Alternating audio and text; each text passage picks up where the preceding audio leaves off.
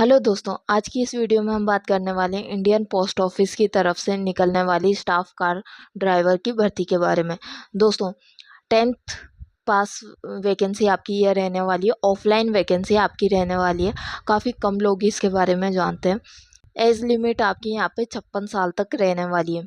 इस वीडियो में हम इस वैकेंसी के बारे में डिटेल से बात करने वाले हैं, जैसे कि एप्लीकेशन फॉर्म इसके कभी स्टार्ट होने वाले हैं, लास्ट डेट इसके लिए क्या रखी गई है, अप्लाई करने का तरीका क्या होगा, इसके लिए अप्लाई करने के लिए कौन कौन से डॉक्यूमेंट की आवश्यकता होगी, एज लिमिट इसके लिए क्या रखी गई है, एजुकेशन क्वालिफिकेशन आपकी यहाँ पे क्या मांगी गई है, सिलेक्शन होने के बाद सैलरी आपकी कितनी रहने वाली है। इन सभी बातों के बारे में हम डिटेल से डिस्कस करने वाले हैं। तो चलिए फटाफट से शुरू करते हैं अपनी इस वीडियो को। दोस्तों, जैसा कि मैंने आपको अभी बताया, भारतीय डाक विभाग यानी कि इंडियन पोस्ट ऑफिस की तरफ से आपकी यह वैकेंसी निकल कर आई है। इंडियन पोस्ट ऑफिस के डाक वाहन सेवा प्रबंधक कार्यालय बेंगलुरु की तरफ से हाल ही में एक ऑफिशियल नोटिफिकेशन जारी करके स्टाफ कार ड्राइवर की यह भर्ती निकाली गई है। ऑफलाइन आपकी वैकेंसी रहने वाली है। एज लिमिट आपकी जो है यहाँ पे 18 से 56 साल रखी गई है। एज रिलैक्सेशन आपको यहाँ देखने को नहीं मिलता, चाहे आप जनरल कैटेगरी से हो या एसटी एससी कोई भी रिजर्व कैटेगरी से हो, आपकी जो एज लिमिट है सेम ही यहाँ पे रहने वाली है। एजुकेशन क्वालिफिकेशन की बात करें तो अगर आप 10th पास हैं तो आप इसके लिए अप्लाई कर सकते हैं। ये यहाँ पे अदर एलिजिबिलिटी क्राइटेरिया भी बताया गया है, जैसे कि अगर आपके पास एलएमवी और एचएमवी का वैध लाइसेंस है तो आप इसके लिए अप्लाई कर सकते हैं। साथ में आपके पास 3 साल तक का वाहन को चलाने का अनुभव होना चाहिए और छोटी मोटी तकनीकी खराबियों को दूर करने का ज्ञान भी होना चाहिए। इसके अलावा आपने 3 साल तक का होमगार्ड इसके साथ ही आपने 3 साल तक होमगार्ड या सिविल वॉलेंटियर्स के रूप में काम किया होना चाहिए, तो आप इसके लिए अप्लाई कर सकते हैं। सिलेक्शन प्रोसेस की बात यहाँ पे कर लेते हैं। तो सिलेक्शन प्रोसेस आपका जो है बेहद ही सिंपल सा रहने वाला है। कोई भी एग्ज़ाम आपका यहाँ पे नहीं होने वाला है। ड्राइविंग टेस्ट आपका लिया जाएगा। इस ड्राइविंग टेस्ट में आपके एलएमवी और एचएमवी जो वाहन है उनको चलाने की जो है वो क्षमता देखी जाएगी, ठीक है। साथ ही आपका जो है एक थ्योरी टेस्ट होगा। इस थ्योरी टेस्ट में आपकी जो मोटर तंत्र का जो ज्ञान है, जैसे कि वाहन में कोई छोटी मोटी तकनीकी खराबी हो जाती है तो आप उसे पहचान सकते हैं या नहीं, उसे ठीक कर सकते हैं या नहीं, इसके बारे में आपसे क्वेश्चंस पूछे जाएंगे, ठीक है। इस सिंपल सा सिलेक्शन प्रोसेस के आधार पर आपकी फाइनल मेरिट लिस्ट निकल कर आएगी और आपको जो है फाइनल सिलेक्शन दे दिया जाएगा। तो काफ़ी सिंपल सा सिलेक्शन प्रोसेस आपका यहाँ पे रहने वाला है। अब जान लेते हैं इसके लिए जो सैलरी है आपकी क्या रहने वाली है, यानी कि फाइनल सिलेक्शन होने के बाद आपको कितना वेतन यहाँ पे दिया जाएगा। तो सैलरी आपकी यहाँ पे 7 CPC के अनुसार दी जाती है। 2 लेवल का आपका पे मैट्रिक्स रहता है। आपकी जो स्टार्टिंग सैलरी 19,900 रुपये रहती है। साथ में आपको अन्य भत्ते भी दिए जाते हैं। तो भत्ते और सभी मिलाकर आपकी जो सैलरी है वो यहाँ पे 25,000 के आसपास हो जाती है। इसकी जो अधिकतम सैलरी है 63,200 रुपये रखी गई है, जो कि प्रमोशन होने के बाद आपकी जो सैलरी है 63,000 रुपये तक पहुंच जाती है, जो कि भत्ते मिलाकर लगभग 70,000 के आसपास हो जाती है। अब जान लेते हैं कि इस भर्ती के लिए आप आवेदन कैसे कर सकते हैं। तो जैसा कि मैंने आपको अभी बताया, आपकी यह भर्ती जो है ऑफलाइन रहने वाली है।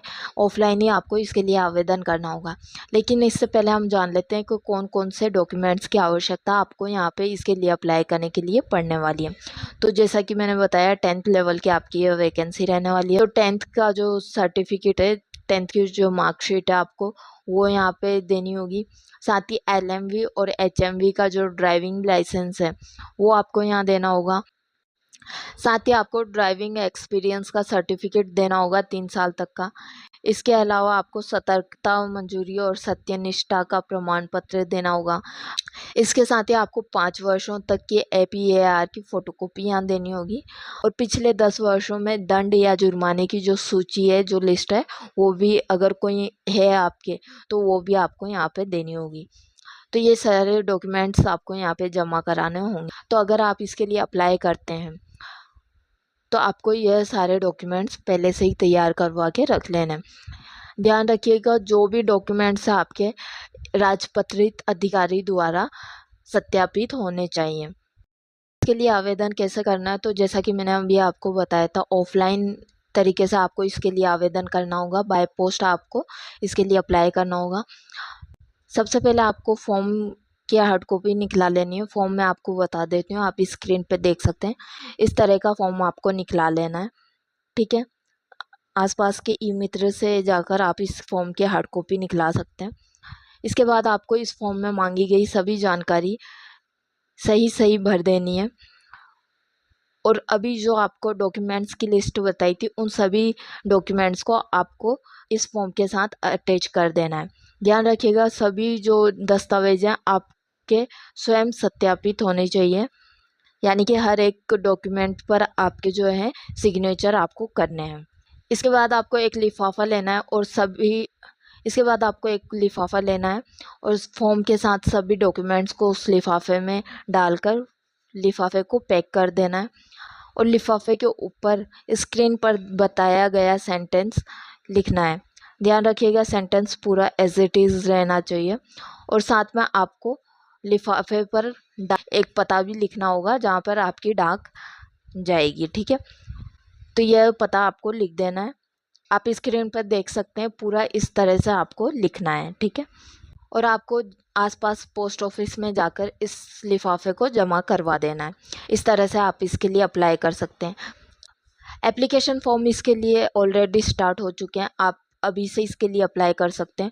और इसकी अप्लाई करने की जो लास्ट डेट है नोटिफिकेशन जारी होने के बाद 60 दिनों तक की रखी गई है, यानी कि नोटिफिकेशन जो है इसका 1 अगस्त 2026 को जारी किया गया है। तो इसकी जो लास्ट तिथि है अप्लाई करने की 30 सितंबर 2026 तक की रहने वाली है, ठीक है। तो 30 सितंबर 2026 से पहले आप इसके लिए अप्लाई कर दीजिएगा। वैकेंसी जो है आपकी टोटल नंबर ऑफ वैकेंसी 11 रहने वाली है। एमएमएस बेंगलुरु की और एमएमएस सब डिपो मैसूर की आपकी जो है ये वैकेंसी रहने वाली है। जॉब लोकेशन आपकी बेंगलुरु ही रहेगी। दोस्तों वैसे तो मैंने इस वीडियो में आपको इस वैकेंसी के बारे में सारी जानकारी दे दी है, फिर भी अगर आपके मन में कोई डाउट हो तो आप इसके लिए आप कमेंट बॉक्स में कमेंट करके पूछ सकते हैं। वीडियो पसंद आया हो तो लाइक कीजिएगा, दोस्तों के साथ शेयर कीजिएगा, और अगर चैनल पर नए हैं तो चैनल को फॉलो ज़रूर कर लीजिएगा। मिलते हैं अगली वीडियो में, जब तक के लिए धन्यवाद।